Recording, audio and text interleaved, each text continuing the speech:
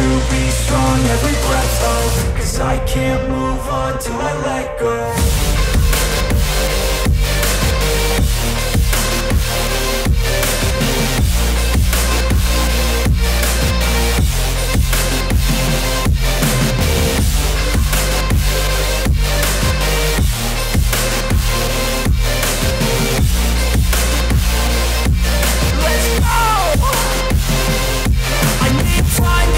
The pain makes it real, I don't wanna feel, I just wanna kill the bad thoughts and steal a good thought and feel. I'm just lost to feel, I'm just lost to feel. I need time to heal, I can't steer the wheel, 'cause this drive it kills, and it gives me chills. A nice road it feels, I slip off the peel and crash all the steel. Will I ever heal? Assalamualaikum warahmatullahi wabarakatuh. Selamat datang kembali di Hatake Para Farm Channel. Pada kesempatan kali ini saya akan menunjukkan pada teman-teman hasil dari pemangkasan cabang yang saya lakukan pada pohon mangga. Sebenarnya untuk pemangkasan ini berlaku tidak hanya pada tanaman mangga saja, tapi bisa berlaku untuk tanaman alpukat, kemudian tanaman jambu air dan tanaman buah yang lain. Namun saya contohkan di sini adalah tanaman mangga yang saya tanam di dalam pot. Kenapa saya buat video ini? Karena pada video pemangkasan pembentukan cabang yang saya lakukan di pohon ini, kemudian ada juga video pemangkasan pembentukan cabang yang ada di video ini, dan saya upload beberapa bulan yang lalu. Di sana masih ada teman-teman yang salah paham tentang apa maksud dan tujuan dari video pemangkasan pembentukan cabang, khususnya pada tanaman mangga. Dalam beberapa video tersebut sebenarnya ada maksud dan tujuan saya melakukan pemangkasan pembentukan cabang, dan tentu saja juga ada fungsi dari pemangkasan pembentukan cabang tersebut. Dalam video ini saya akan jelaskan manfaat dan fungsinya melakukan pemangkasan pada tanaman. Agar teman-teman lebih paham, silakan simak video ini sampai selesai hanya di Hatake Para Farm Channel.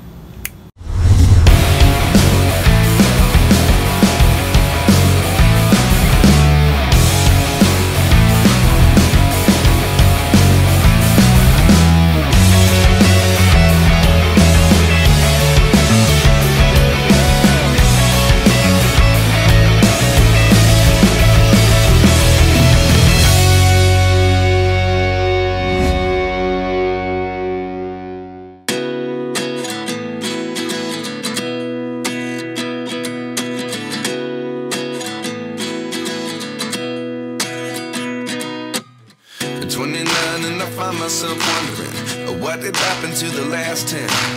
I ran away with my life fast forward. Oke, ini adalah hasil pemangkasan pada pohon mangga yang saya lakukan beberapa bulan yang lalu, dengan maksud dan tujuan yang pertama adalah untuk mempertahankan pohon mangga ini agar tetap pendek kemudian bercabang rimbun seperti yang Anda lihat. Jadi maksud dan tujuan saya yang pertama melakukan pemangkasan pada pohon ini agar nanti bisa dipertahankan tetap pendek kemudian bercabang rimbun seperti yang Anda lihat.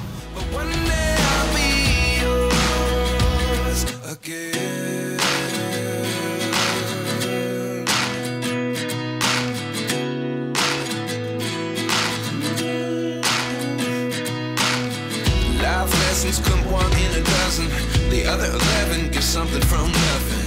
I sit here looking for an answer. Selain fungsi yang saya sebutkan tadi, secara otomatis pemangkasan cabang itu akan mempercepat pembesaran pada batang utama. Jadi fungsi yang kedua melakukan pemangkasan cabang itu agar cabang utama ini cepat besar.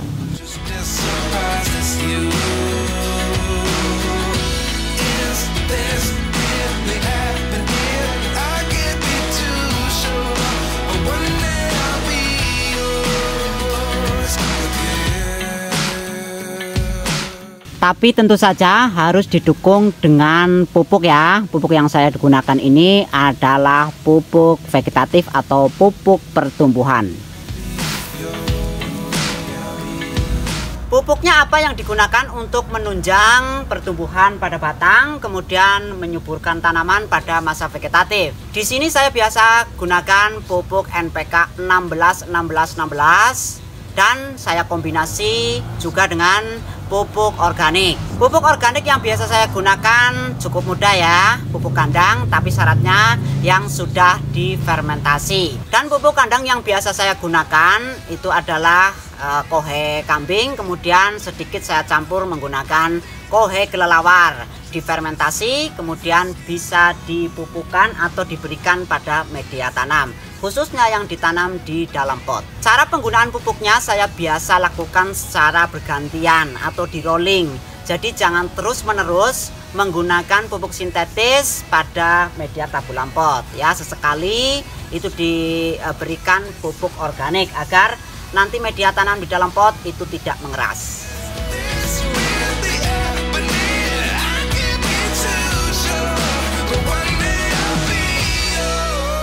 Fungsi pemangkasan yang ketiga adalah menghentikan tunas vegetatif.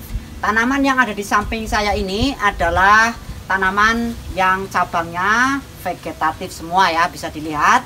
Ciri-cirinya adalah cabangnya itu tegak lurus. Cabang yang tegak lurus seperti ini adalah cabang vegetatif. Pada umumnya akan sulit berbuah atau sulit untuk dilakukan treatment pembuahan di dalam pot. Jangan salah paham ya, bukan tidak bisa berbuah, tapi akan sulit untuk dilakukan treatment pembuahan. Maka dari itu harus dihentikan dengan melakukan pemangkasan. Nanti tunas yang tumbuh adalah tunas generatif yang pada umumnya akan mudah untuk dilakukan treatment pembuahan atau akan mudah berbuah. Tentu saja jika cabangnya sudah cukup tua dan siap untuk berbuah. Nanti cabang ini akan saya potong ya, tapi nunggu cabangnya tua agar nanti terubusannya lebih bagus lagi.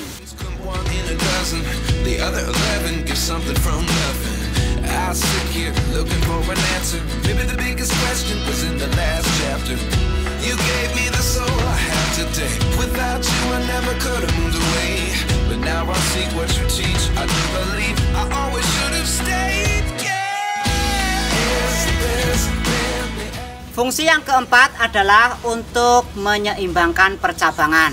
Tanaman di samping saya ini dulunya percabangannya ada yang mendominasi untuk pertumbuhannya. Jika dibiarkan, maka cabang yang tertinggal ini lama-kelamaan akan semakin tertinggal dan berujung pada kering, mengalami kematian. Tentu saja pemangkasan penyeimbangan cabang ini ada tekniknya ya. Jadi tidak sembarang pangkas agar nanti hasilnya bisa seimbang seperti ini. Untuk tekniknya sudah saya tutorialkan di Facebook Hatake Bar Farm ya.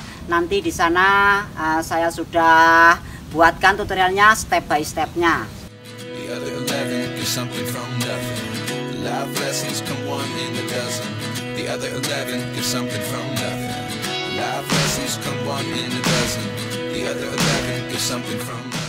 Fungsi yang kelima adalah meremajakan cabang-cabang generatif. Ini adalah tanaman yang sudah pernah berbuah dan saya upload videonya di sini untuk mencontohkan pada teman-teman cara membuahkan tabulam pot dan perawatannya sampai panen. Silakan nanti bisa dilihat ya setelah melihat video ini agar teman-teman bisa membuahkan tabulam pot seperti apa yang saya lakukan. Setelah berbuah ini saya lakukan pemupukan vegetatif, kemudian saya lakukan pemangkasan. Kenapa harus dilakukan pemupukan terlebih dahulu? Karena syaratnya tanaman yang akan dipangkas itu harus dalam kondisi yang sehat agar nanti setelah dipangkas akan cepat tumbuh cabang-cabang baru seperti ini. Ini juga hal penting yang harus teman-teman lakukan ya. Jadi kalau sebelum dilakukan pemangkasan itu tanaman harus dipupuk terlebih dahulu, minimal 2 minggu sebelum dilakukan pemangkasan. Apalagi jika tanaman akan dipangkas secara total seperti ini, tidak disisakan daun. Ada beberapa kelemahan dari pemangkasan total seperti ini, yaitu tanaman akan lama berbuah kembali. Karena untuk tanaman mangga itu bisa berbuah setelah cabang-cabangnya itu nanti tumbuh, kemudian tua dan siap untuk dilakukan pembuahan atau treatment pembuahan, khususnya untuk tanaman yang ditanam di dalam pot seperti ini. Memang membutuhkan waktu dan kesabaran ya agar nanti hasilnya bisa memuaskan seperti yang kita inginkan. Tapi setidaknya itu akan sangat menyenangkan jika kita mencintai proses, bos.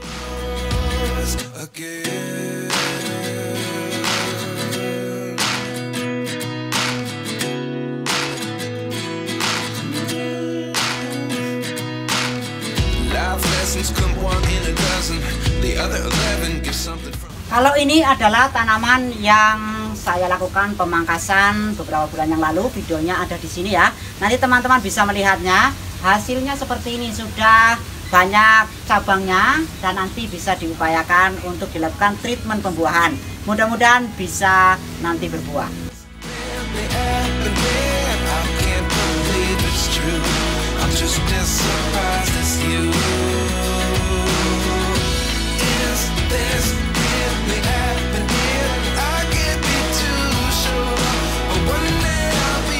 Oke ya, itu tadi adalah beberapa alasan, maksud dan tujuan saya melakukan pemangkasan pada tanaman mangga khususnya yang saya contohkan dalam video ini.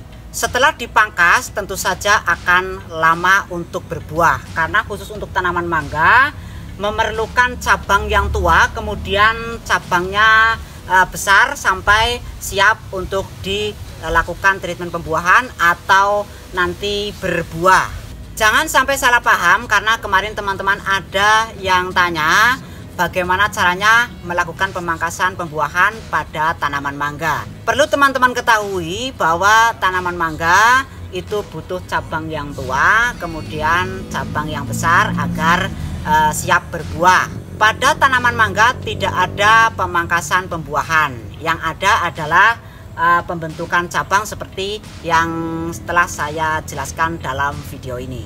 Jangan samakan dengan pohon anggur ya, karena sebagian besar pohon anggur itu bisa berbuah setelah dilakukan pruning atau pemangkasan. Untuk tanaman mangga tidaklah demikian. Jadi pemangkasan ini hanya untuk tujuan tertentu selain pembuahan. Mudah-mudahan teman-teman jadi bisa lebih paham ya, yang hobi merawat tanaman mangga di dalam pot. Itu saja yang bisa saya jelaskan dalam video ini. Mudah-mudahan ada manfaatnya buat teman-teman. Mohon maaf jika banyak kesalahan dan kekurangan dalam menjelaskan. Video saya akhiri, jangan lupa berkreasi. Wassalamualaikum warahmatullahi wabarakatuh.